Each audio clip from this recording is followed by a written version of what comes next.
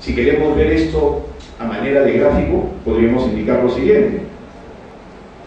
Un empresario textil de Gamarra está muy feliz vendiendo 5.000 polos al mes a 3 soles cada uno, a $1.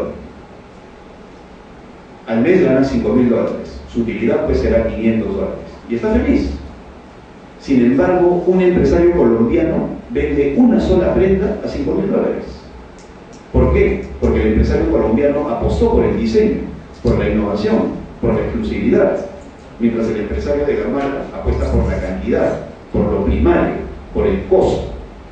Y mientras el empresario de Gamarra tiene que comprar más tela, más luz, gastar en agua, en guachimán, o en vigilantes, en almacenaje, en exportación, etcétera, etcétera, el empresario colombiano que apostó por la exclusividad, que apostó por el diseño, que apostó por la innovación, que apostó por el conocimiento, simplemente diseña, innova, crea, es exclusivo y vende una sola prenda a $5.000.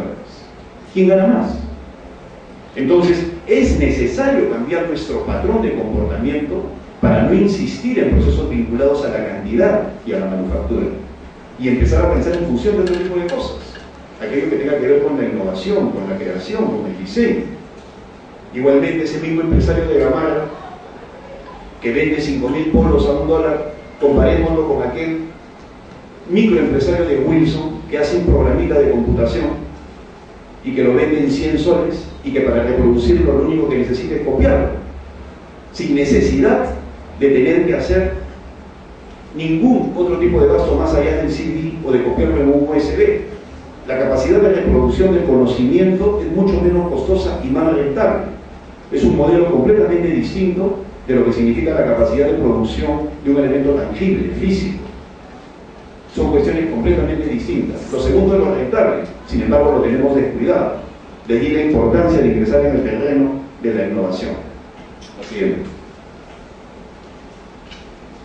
Por otro lado, siguiendo con el tema ese del empleo, vemos que se está creciendo en aquellos sectores que no generan una gran cantidad de empleo, por ejemplo la minería, y que más bien traen una serie de enfermedades sociales cuando no se utilizan bien los recursos de la minería.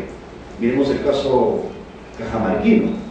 En Cajamarca tiene, en el territorio de Cajamarca está una de las minas más importantes del mundo en oro, que tiene la mejor ley en oro, es decir, la mayor cantidad de oro por tonelada métrica de tierra.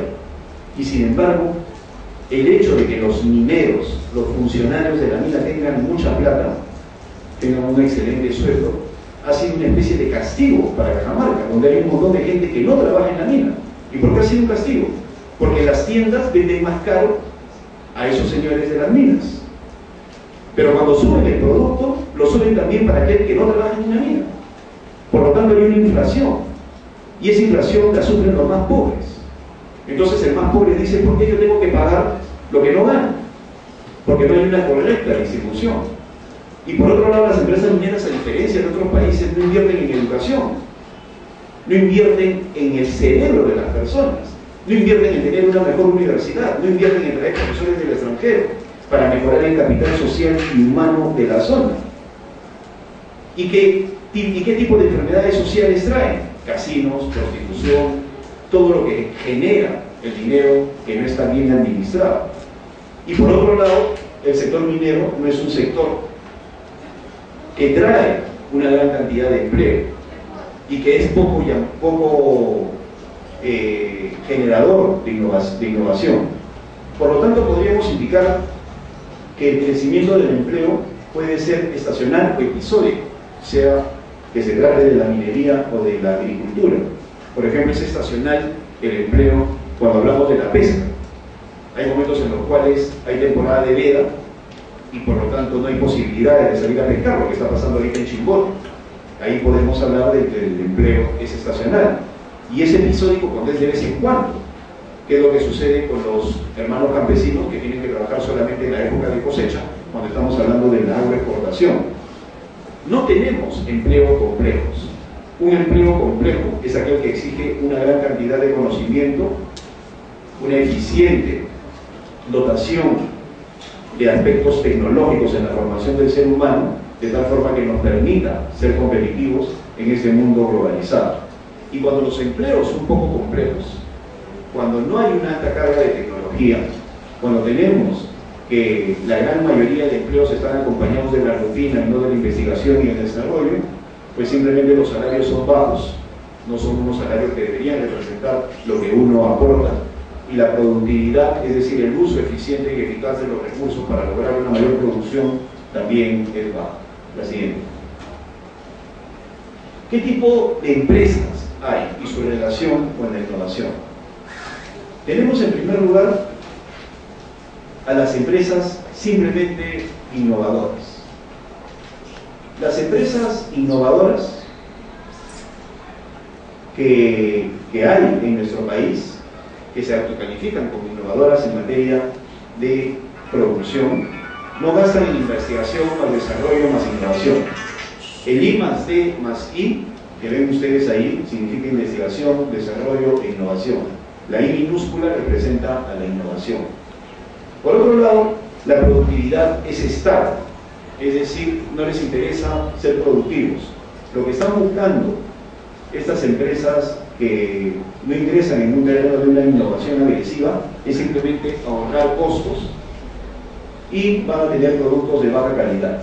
La estrategia de esta empresa es competir en el mercado en base a precios. La siguiente.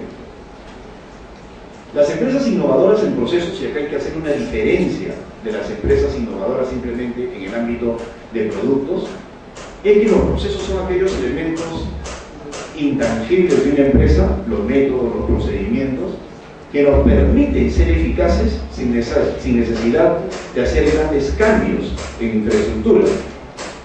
Y para que vean ustedes la importancia de este sector de ser empresas innovadoras en procesos, pensemos en dos elementos que todos conocemos: las escuelas y los hospitales. El problema del Perú no es construir más escuelas. Escuelas hay en todo el Perú. Ese problema se resolvió hace mucho tiempo y lo dicen documentos internacionales. El problema son maestros y contenidos, que no hay. Si se sigue construyendo es por otra cosa, que no vale la pena mencionar. Pero el problema es dotar a esas escuelas de maestros y contenidos. Contenidos, ¿qué es lo que se enseña? Maestro, el elemento que se enfrenta al alumno en un aula. Al final, maestros y contenidos va por el lado de los procesos de aprendizaje, de educación, porque al profesor se le tiene que capacitar para que de esa manera se pueda enfrentar a los alumnos y pueda brindarles una adecuada educación. Y por otro lado, los hospitales. En el caso de los hospitales, yo lo entiendo, y ustedes como ingenieros, nosotros como ingenieros debemos de saberlo, ¿por qué se siguen construyendo hospitales cuando la tendencia mundial es la prevención? Y ya en el Perú, un famoso hospital que se hizo en 1986 en el Salud, en el Cusco, llegó un momento en el cual no tenía enfermos y se convirtió en un hotel. ¿Por qué? Porque la salud en el mundo está siendo preventiva. Uno no quiere que la gente se enferme, uno hace campañas para que la gente no se enferme. Y las capas complejas, las que necesitan operación, son las mínimas. Y por otro lado, en el mismo caso de los hospitales, al igual que las escuelas, el problema no es la infraestructura, porque el 88% del Perú se atiende en postas médicas, no en los hospitales centrales. El problema son falta de medicinas, falta de atención médica, falta de servicio, falta de análisis, etcétera, etcétera, es decir, los procesos. ¿De qué vale tener hospitales nuevos si a la gente le dan cita para dentro de 60 días? ¿De qué vale tener hospitales nuevos si el médico no nos puede atender? ¿De qué vale tener hospitales nuevos si nos van a decir, si usted quiere un análisis de riñón, regrese en 2 meses?